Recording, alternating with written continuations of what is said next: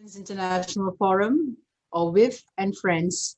A warm welcome to today's WIF session season opener. It's so good to see so many familiar faces as well as new ones. For those who don't know me, my name is Zarina Varukati. I'm the president of WIF, and I'm also the spouse of the Singapore ambassador to the United Nations. A quick background on WIF. We were founded in 1975 as a platform for the exchange of views and ideas on issues of international importance. Our objective remains the same, to provide a safe space for dialogue with the aim of building bridges and a better understanding of the world we live in, as well as each other. Traditionally, WIF holds its forums at the United Nations or at the missions of our executive board. However, due to the COVID-19 pandemic, we have been holding it in a Zoom format. And we count ourselves fortunate to be able to continue our work during the pandemic. As this is our first event for the season, I would like to offer a special note of appreciation to our executive board members. Our executive board members are currently made up of the spouses of the ambassadors from Mauritius, Cyprus, Jamaica, Paraguay, Namibia, Slovakia, Colombia, Egypt, and Australia. And all of us work purely on a voluntary basis. So a big thank you to the executive board. Now, today's talk, Peace in the Middle East, Are We Getting Any Closer? Could not have come at a more pertinent moment. I promise that we at WIF did not know ahead of time what was going to happen yesterday. And we had decided on this event even before the summer break. So we would like to thank our distinguished speaker today, Ambassador Frank Wisner, for accepting our invitation to speak on this topic. Ambassador Wisner is currently the Foreign Affairs Advisor at the Patenburg, New York office. His diplomatic career spans 4 decades and 8 American presidents. He served as ambassador to Zambia, Egypt, the Philippines, and India during his extensive career in the State Department. In addition to his role as ambassador to the 4 countries, he has served as Undersecretary of Defense for Policy and as Undersecretary of State for International Security Affairs. Ambassador Wisner was Senior Deputy Assistant Secretary for African Affairs from 1982 to 1986, a time of intense diplomatic engagement in Southern Africa. After graduating from Princeton University, I won't say in which year, Ambassador Wisner joined the State Department as a Foreign Service officer. His first post was in Algiers, immediately after it won independence from France. He then went to Vietnam, where he spent 4 years at the apex of the war. He worked as a senior diplomat in Tunisia and Bangladesh before returning to Washington as Director of Plans and Management in the Bureau of Public Affairs.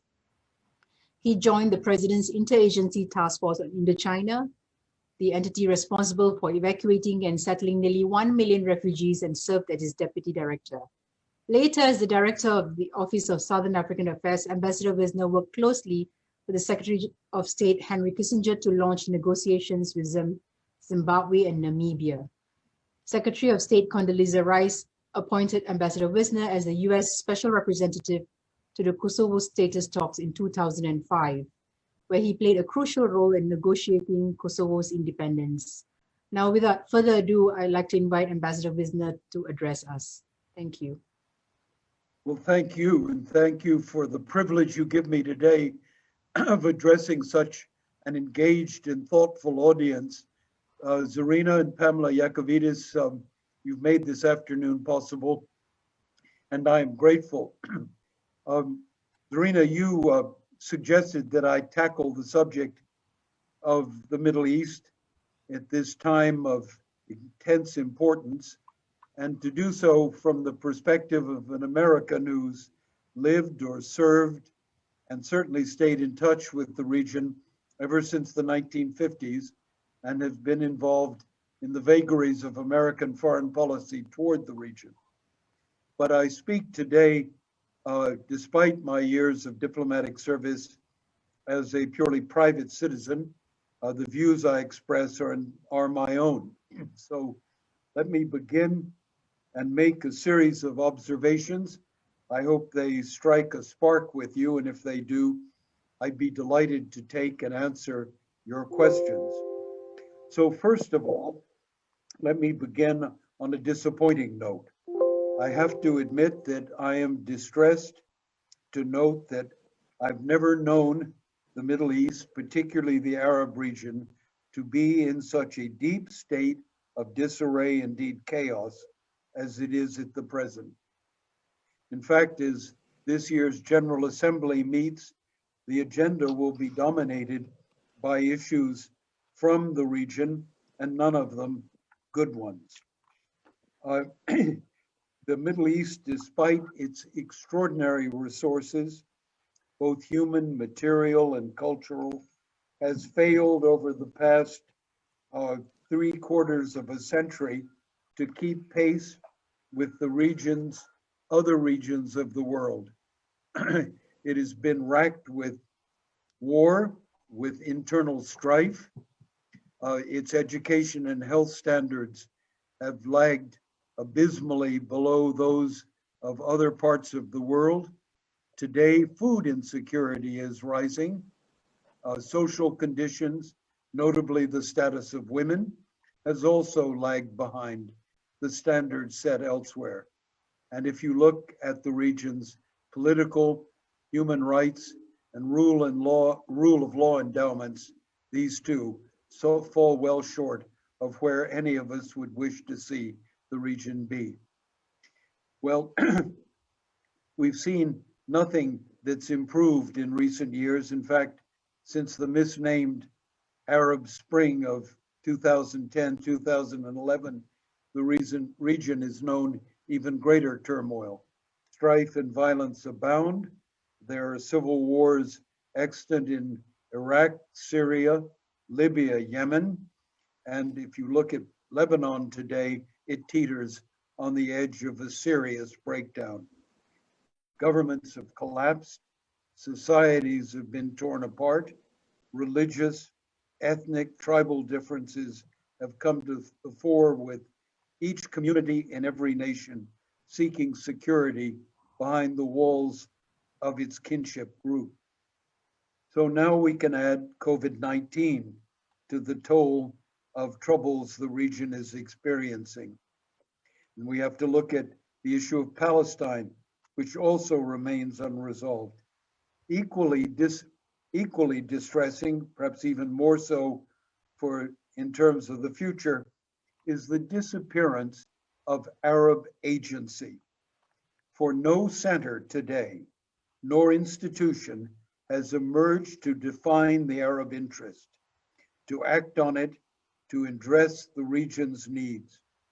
Nor has any body of thought emerged that takes a place alongside what used to be Arab nationalism or Islamic revival. The region is bereft of coherent and consolidating ideologies or views. And so conditions of economic instability, conditions of violence, conditions of climate change will be and will continue to rack the region. And I'm sad to say that this year, 2020, has seen nothing positive. The trends that I have cited have continued with no end in sight. And we face an even worsening situation with the decline in resource availabilities, the shrink of external aid, and the fall of the price of oil, which has damaged the ability of Gulf states to modernize and move away from hydrocarbons economies and even to be of assistance to brother Arab nations elsewhere in the region. So that's my first and distressing point. The second point is not much more enlightening. The breakdown of the Arab regional order has had a second consequence, and that is the introduction and increase in external competition, competition for influence. The United States remains a player in the Arab region. Russia has returned. China is making its debut. Israel, Turkey, and Iran are all seeking today to protect their interests and are active participants in the region's chaos. Europe is intermittently involved, itself a victim of flows of refugees and a victim as well of acts of terror which have been spawned in the Arab Middle East. So, in a word, outsiders today have intruded on the area as they never had in the past, making the rivalries of the region more complex, stoking the violence that besets the area. So, what attempts at lessening violence and tension um, are so far weak and sporadic. The United Nations has undertaken attempts to find conciliation in Syria, in Yemen, and Libya, but we all know those have not borne significant fruit. External agency, in a word, has overtaken Arab agency. Conditions are unlikely, in my judgment, to improve this year or next or for the foreseeable future. So to make matters slightly more complicated, let me touch on the role of the United States, for that role itself has changed.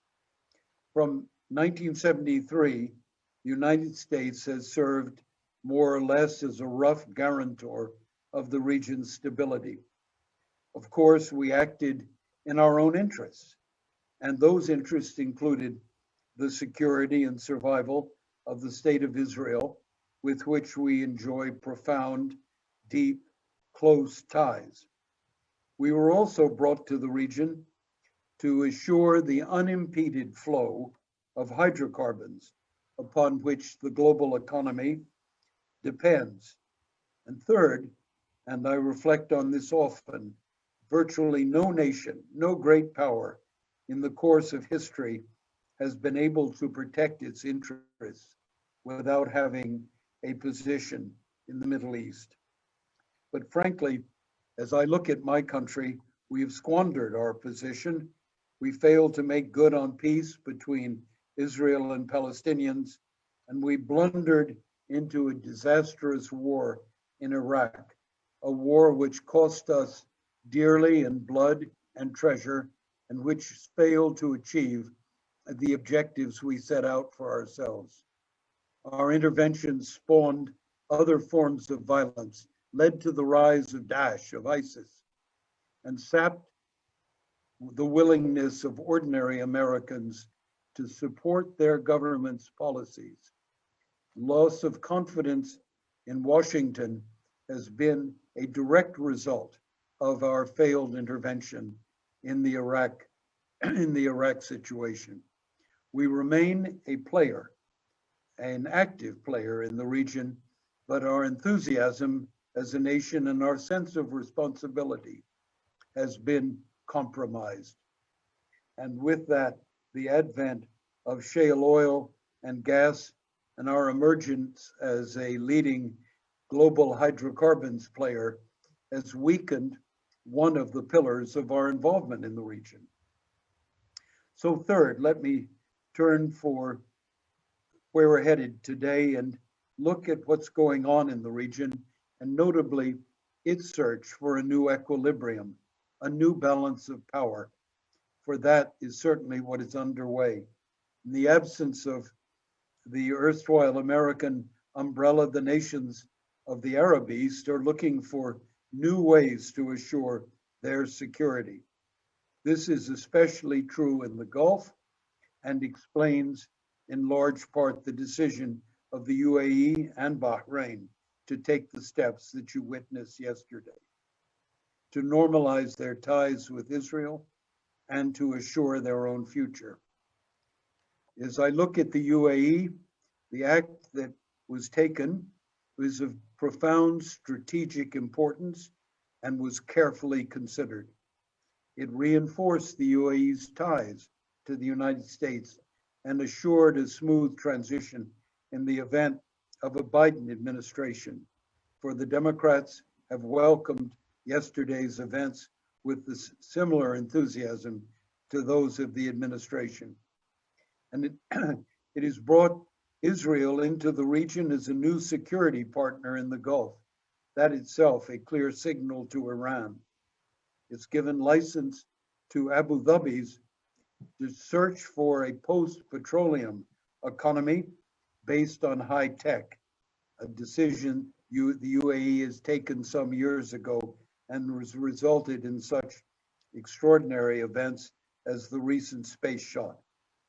The UAE will continue to develop its own defenses. It is acting to secure the neighborhood that it lives in and is striking out elsewhere in the Arab world to protect itself and in the Horn of Africa. The UAE seeks strategic autonomy, and that explains what is happening today.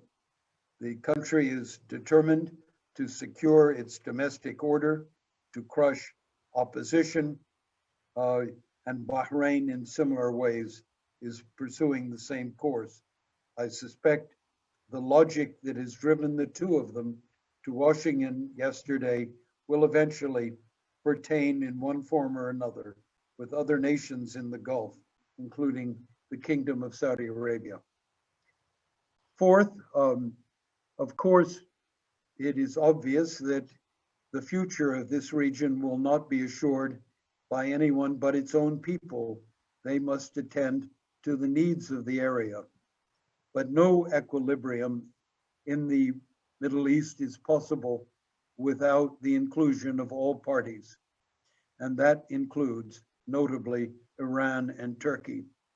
In fact, as I look at American policy, it is impossible for me to imagine a future without our ability to engage all parties in the region.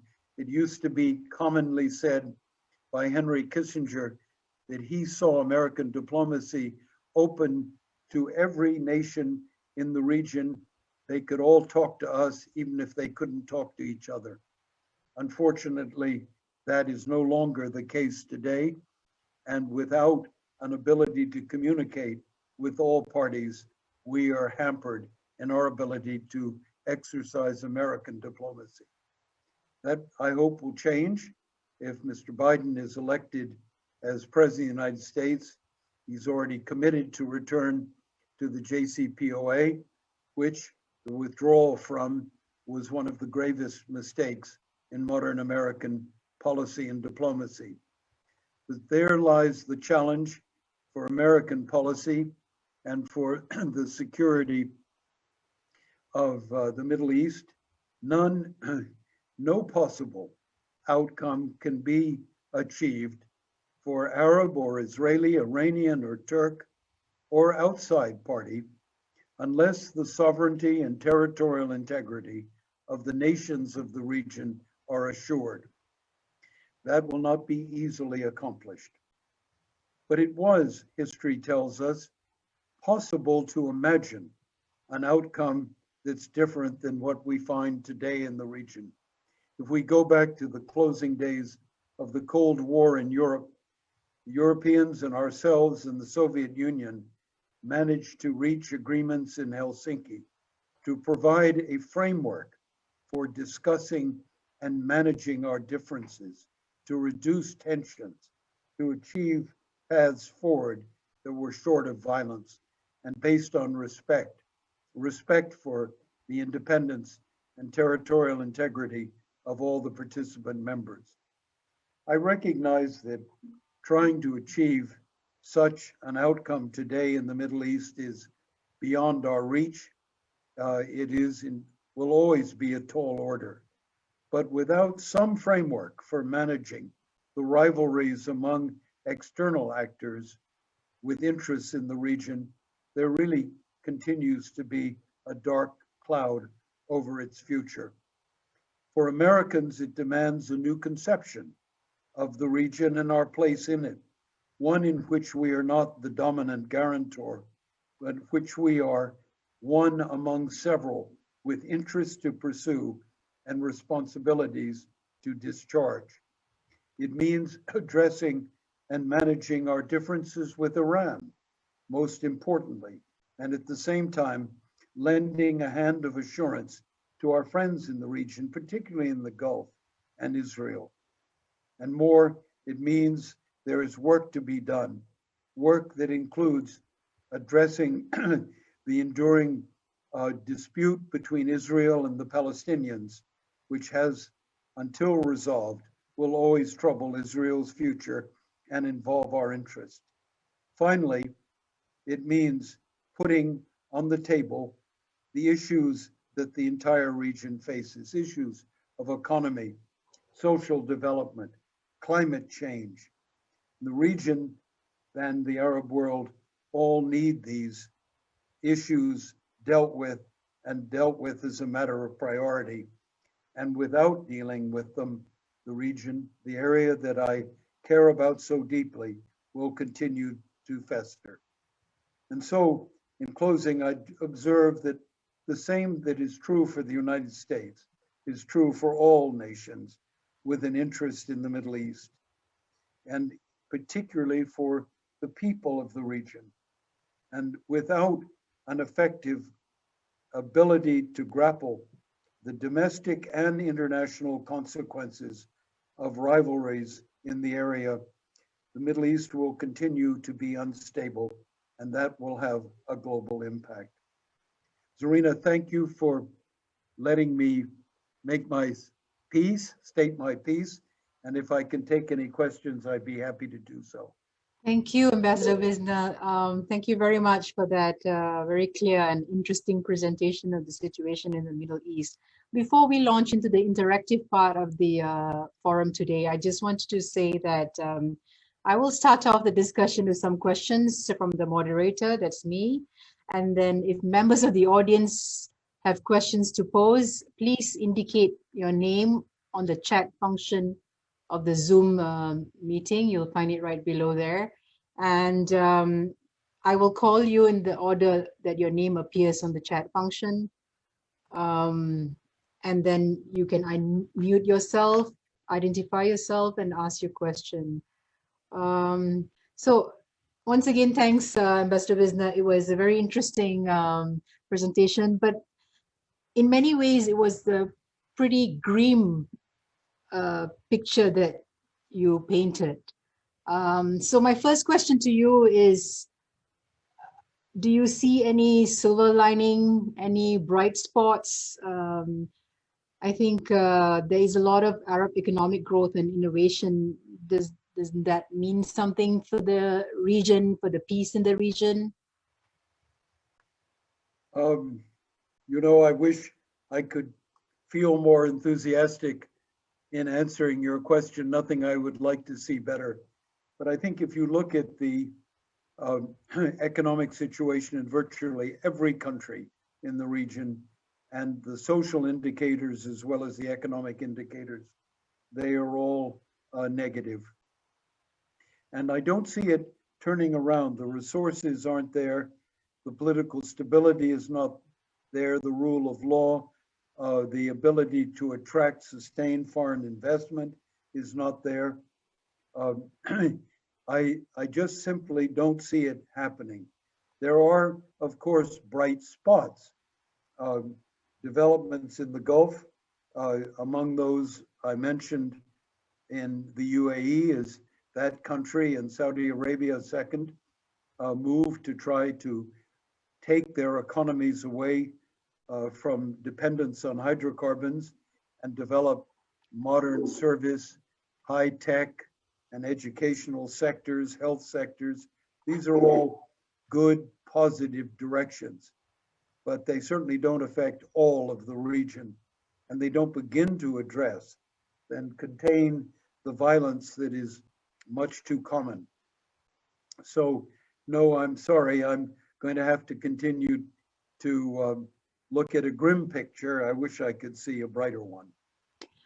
Thank you for that response. You mentioned UAE and you mentioned the role of some countries in the region. So coming back to yesterday's event, the establishment of relationship between UAE and Israel and Bahrain and Israel, how do you think these developments will take us close to peace? How will they help the peace process? Well, You know, I remember an exchange between Zhou Enlai and Henry Kissinger in which Zhou Enlai commented that the effects of the French Revolution are still being measured. Um, I, there's a lot of truth in that. It will take some time for all of the reverberations of yesterday's events between the United States, Israel, Bahrain, and the UAE to play out. I welcome those events, that event yesterday. I believe that simply sticking with old habits and old tracks were going to get us nowhere. I thought Tom Friedman, a distinguished columnist that many of you read, had it right when he said what happened yesterday in Washington is a triumph of the future over the past, instead of the region continually being a victim of its past. And so it opens new perspectives, new horizons, but it doesn't solve all the problems.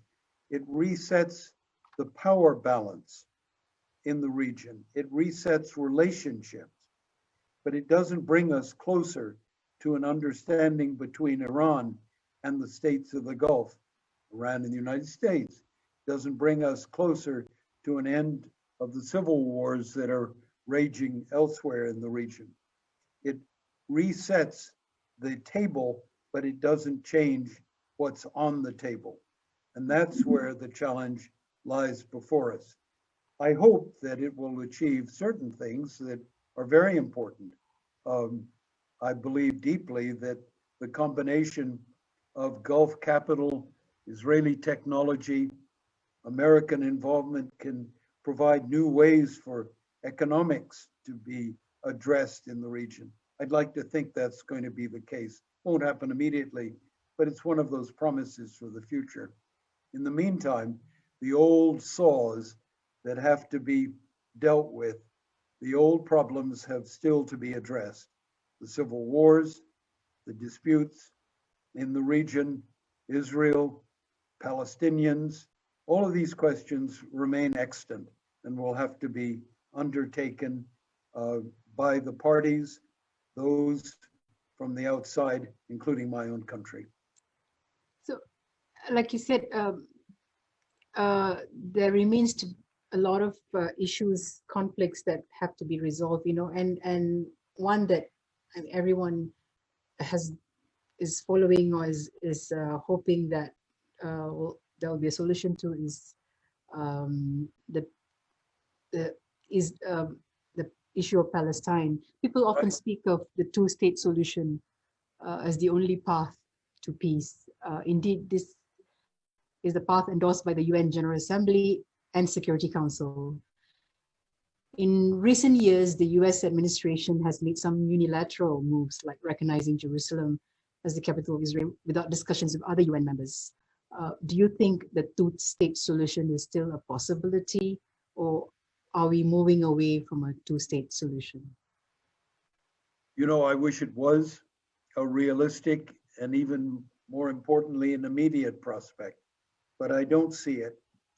And I think we're at a stage in which the two-state solution is really difficult to imagine.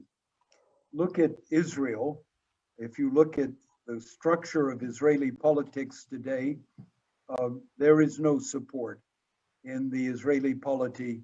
There's insufficient support for a two-state solution.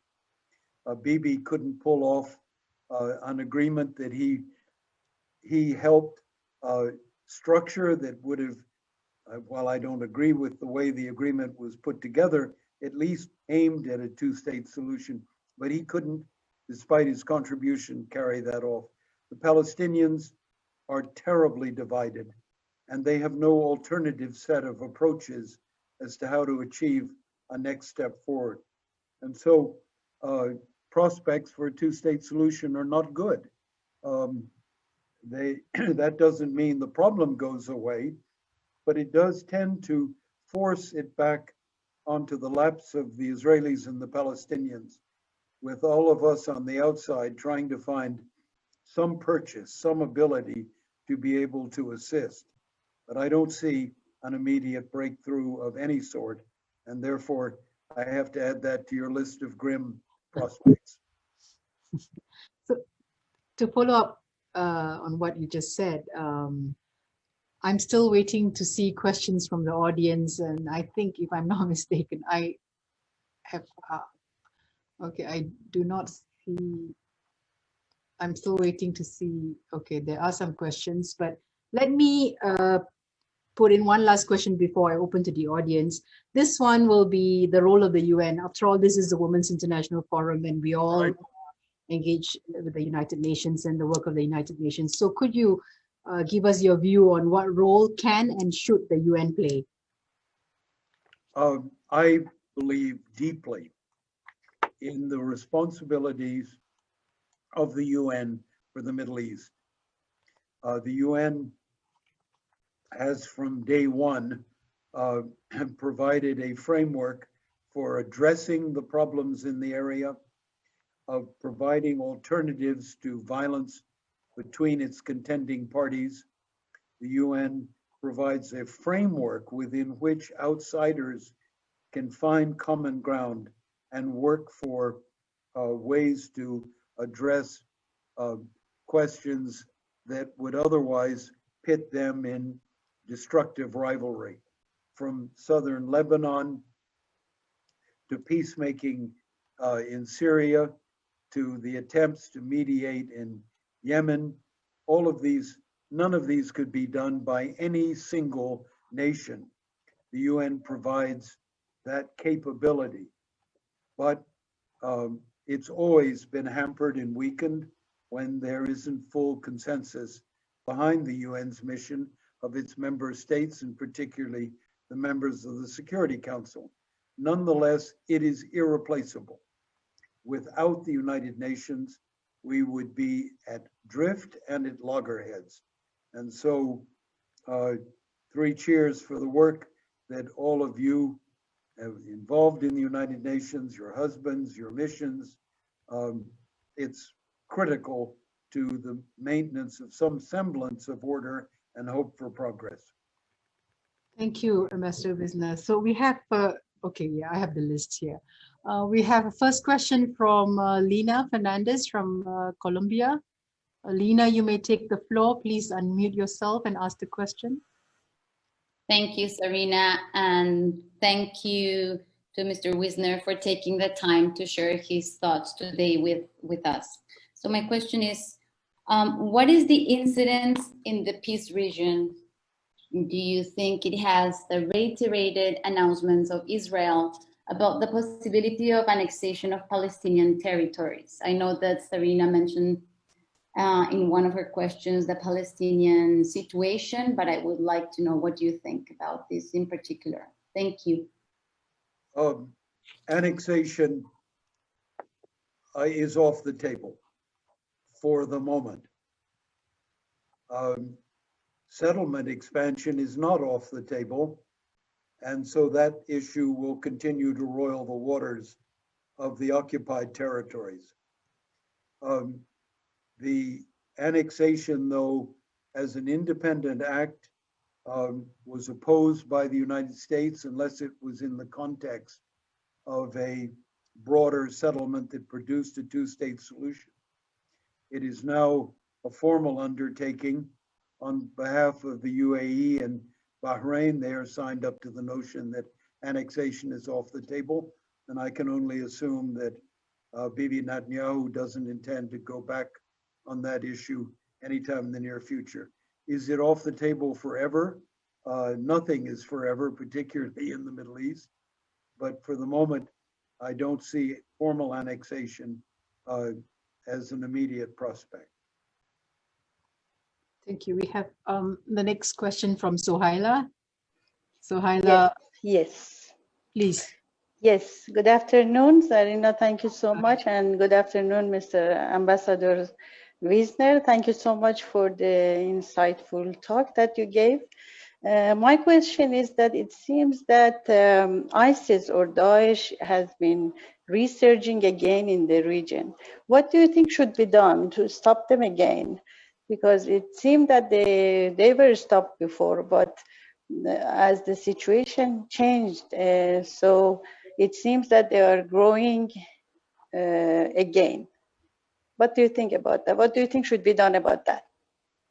Well, ISIS is a fact that has to be dealt with at two levels. One is a straight military force, and to deal with violence, you need the capacity to counter that violence, either with national forces, and I have to take my hat off to the effectiveness of the Iraqi armed forces in facing their problems.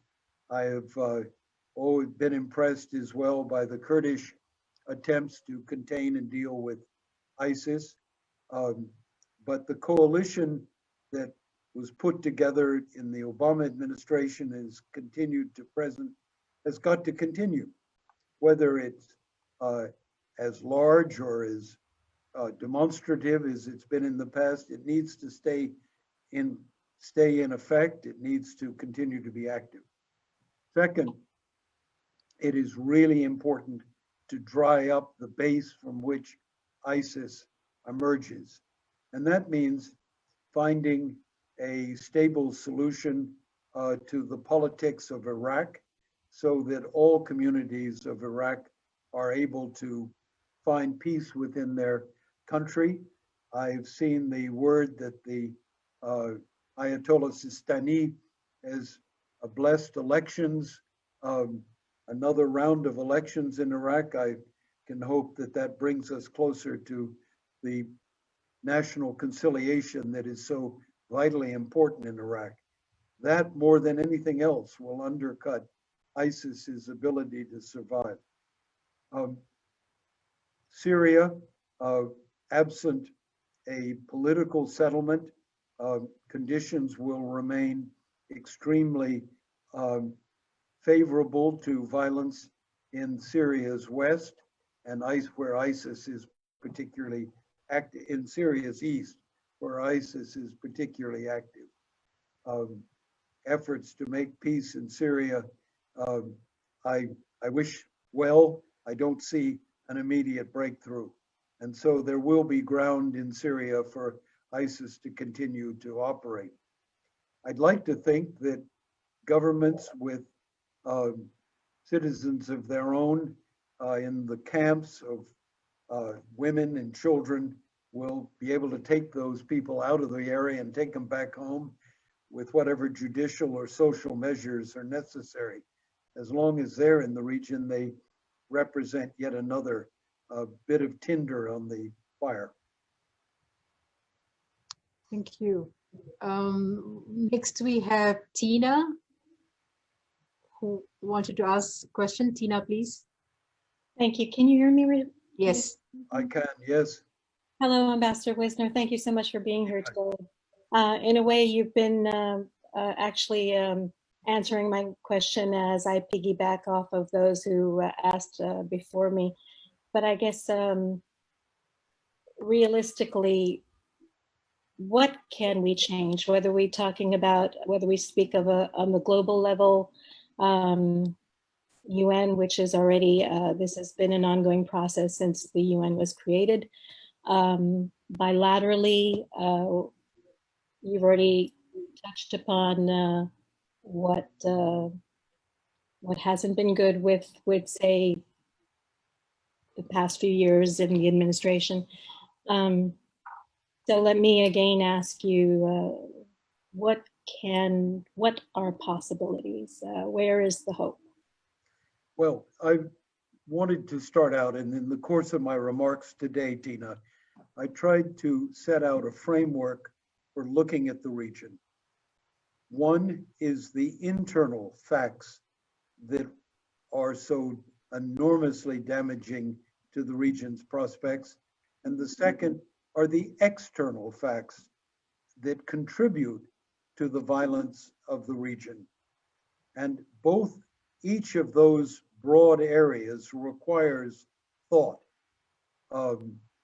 As to the domestic acts, they are really the most important. It's what Arabs decide to do to improve their own societies, to bind up their wounds, to create conciliation with neighbor.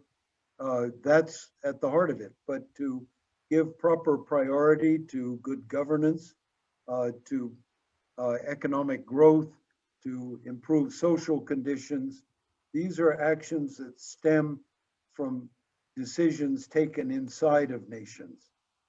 As to the externalities, as to the global competitions, I tried to leave you with a thought, and by referring to Helsinki as not a perfect model, for the Middle East is not Europe, but there needs to be some framework within which the contending parties, external and internal, meet to set rules of the road, to set out ways to de-escalate tensions, to manage differences. There have been a variety of calls from various quarters, including even from the Iranians, in that direction. But I suggest wherever those calls come from, they need to be heeded, because absent some structure, then the external rivalries will continue and they will deepen the complexities in the region itself. Thank you, Ambassador Wisner. I see two other people on the queue to ask question. We have Aisan. I'm sorry if I'm not pronouncing your name properly. Aisan Crabtree. And after that is Missy Rini. So can we have Aisan to address the forum? Hello, thank you. My name is Aisha Can Crabtree. That's how you pronounce it. I'm a counselor at the Turkish Permanent Mission. I'd like to thank you very much for this very interesting meeting, and thank the Ambassador Wisner for his briefing. I don't have a question, but I have a few reflections, if I may. I agree with the points that the ambassador made about the importance of, involving UN and supporting UN, and that member states alone cannot do enough in the Middle East. I also agree that there's a need for dialogue with Iran, and US and Turkey supports that, and we as a country in the region try to talk to all our neighbors, the wider region, and we seek dialogue to solve all the problems. I also agree with his remarks about the need for repatriation in the Daesh camps, and we are calling on all of the countries that have foreign terrorist fighters in Syria to repatriate the families of these foreign fighters, and also actually, use their own jurisdictions to prosecute them. However, there are a few things I need to also reflect on. The ambassador mentioned my country, among others, as a country that actually adds to the chaos in the region. I beg to differ, sir. We share 911 kilometers, which is almost 600 miles with Syria. We do not benefit from chaos in that region. We will directly get affected that anything negative happens in this region. We were directly targeted by ISIL attacks. And you may know we are one of the few members of the coalition that you mentioned that actually fought chest to chest. We lost thousands of soldiers from our own country fighting with ISIL, and we effectively cleared our borders from ISIL with the operation that we carried out under that coalition. Also, you mentioned the political process. As you know, the Constitutional Committee met a few weeks ago, and together with our partners and the key actors in the region that have a say and have a role in Syria, we're trying to push for the political process. That's why I think we are not playing a role that adds to the chaos, but we are trying through dialogue and through political processes in the region to solve problems. Thank you. Good. I listened very carefully to what you had to say. And I largely agree that, I certainly agree that Turkey's role is inherent in the region. It's impossible to imagine a stable Middle East without Turkey being involved in a constructive way. Your history, your culture, your geographic proximity, your economic interests make you a direct player. The issue before all of us, and not just Turkey, is how you balance Turkey's interests with the interests of other external players and with domestic constituents in the Middle Eastern equation? How do you come out with a way of managing the tensions that have brought violent intrusions into the region? Turkey has been part of the civil war against the government. Turkey is now occupies a slice of northern Syria. I hardly think that that's a permanent fact, but it cannot be resolved unless there is an overall political settlement. So my appeal to my Turkish friends who are part of an alliance that the United States is part of is that your need for security must be balanced with the need for security of all other parties in the region. And that's why I come back to the core notion of a framework for addressing and resolving the region's differences. Without that kind of framework, the rivalries will continue to rend the region. Thank you. Missy, next. Frank, the screen has frozen and they're drilling outside, so I hope you haven't covered this, but I was just curious, obviously Iran saw yesterday coming, but does this have any impact on how their sort of perspective and lens on what's going on in the Middle East and how they play their role out? Yes, it has a profound effect. The Iranians have reacted to the normalization agreement with the UAE, I'm sure similarly to Bahrain, in a very, very angry way. From the supreme leader on down, they have objected fiercely to it. But they too need to understand the insecurities that their search for security has produced. The apprehensiveness of the nations of the Gulf and others in the region to Iran is very real. And it explains why a nation like the UAE will go and take as important a step as it took.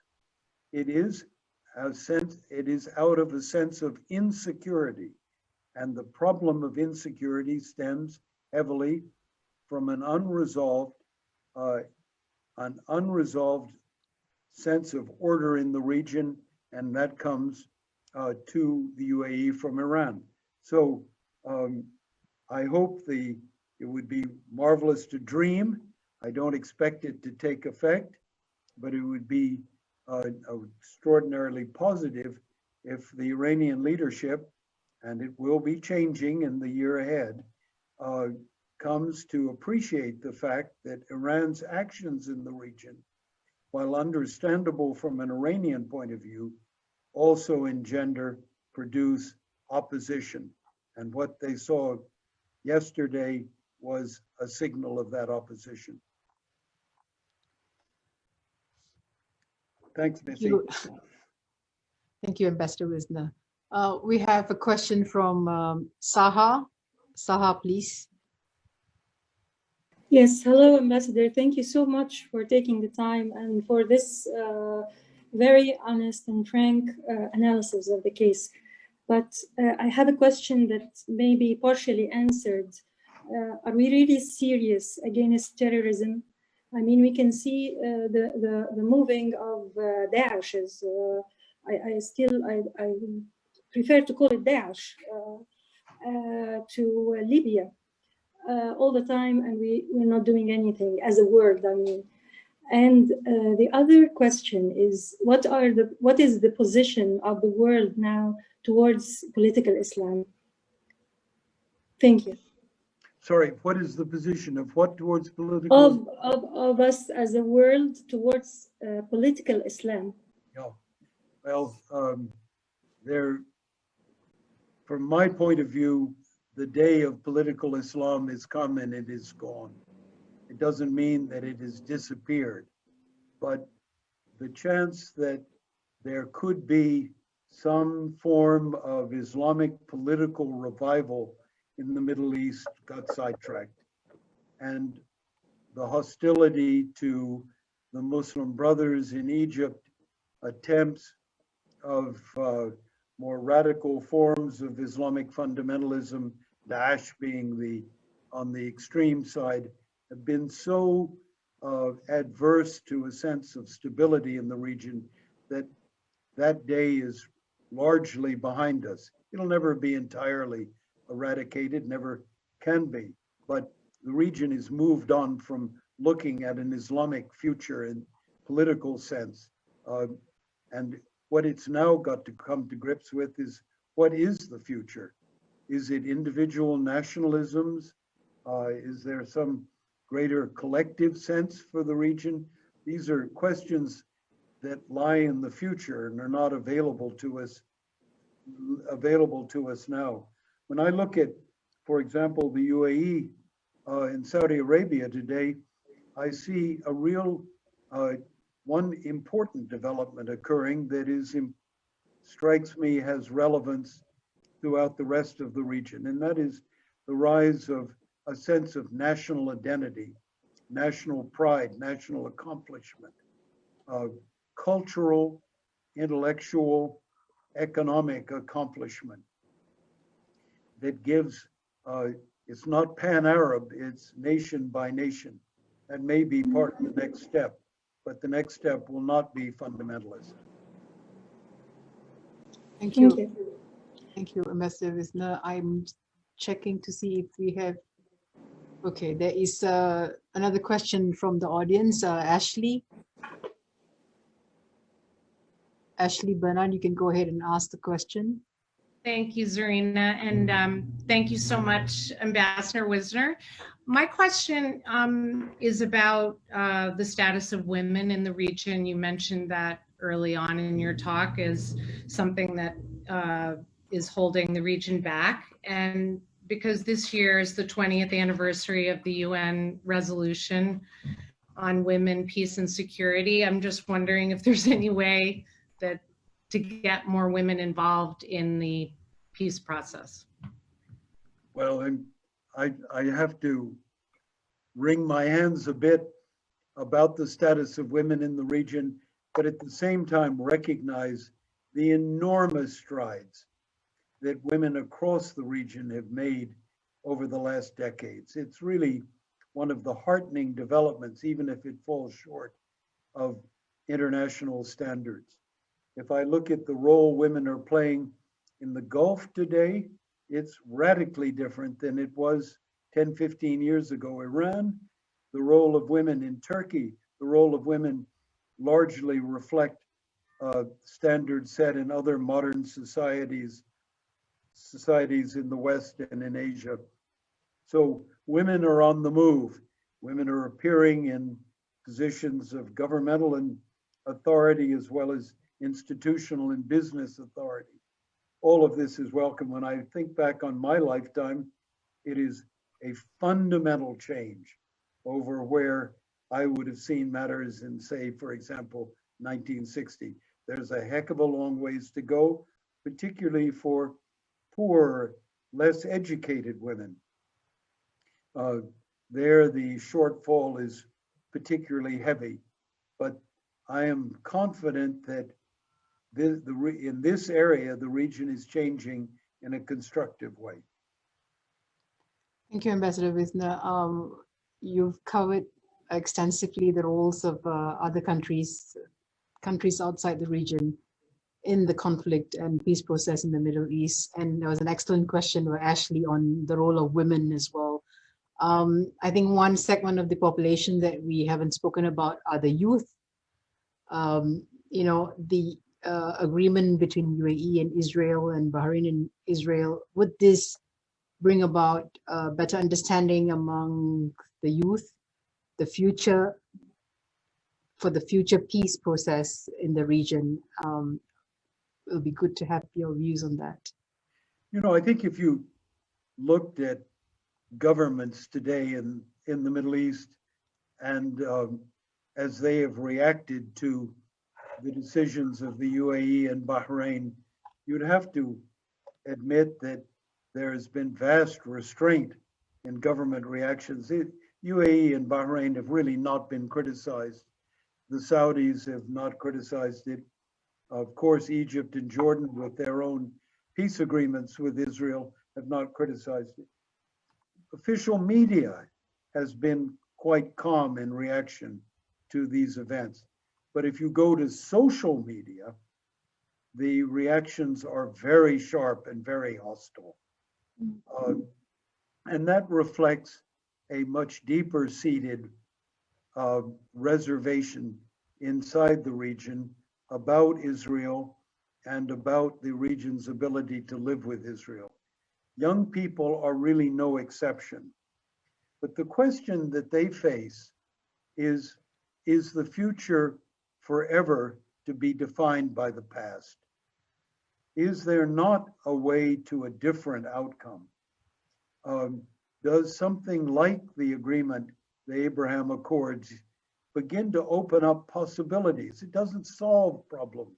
It opens possibilities that give hope, give some future opportunities for young people to think about a future that's different in the past.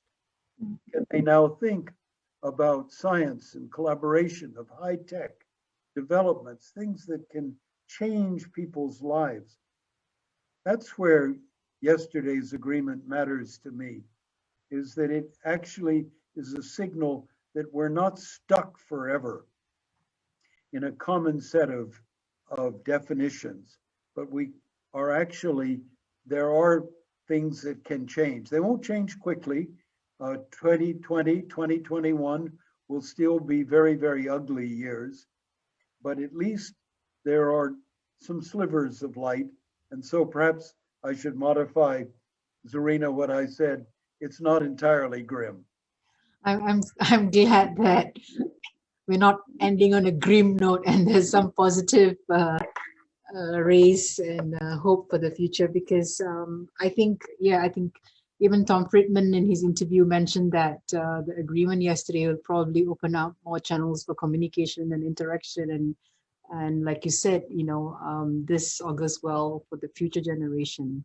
Thank you very much, Ambassador Wisner. I'm wondering if we have any last questions before we end today's session.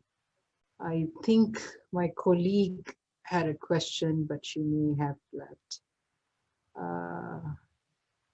Okay, I think her question, if I can just read her question.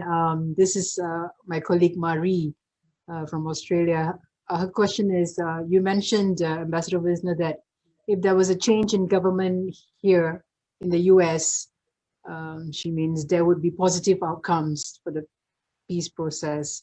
If that doesn't happen, what do you foresee differently? Well, I hope I didn't say that, because I'm not quite sure I would agree with it. I'm reading her question.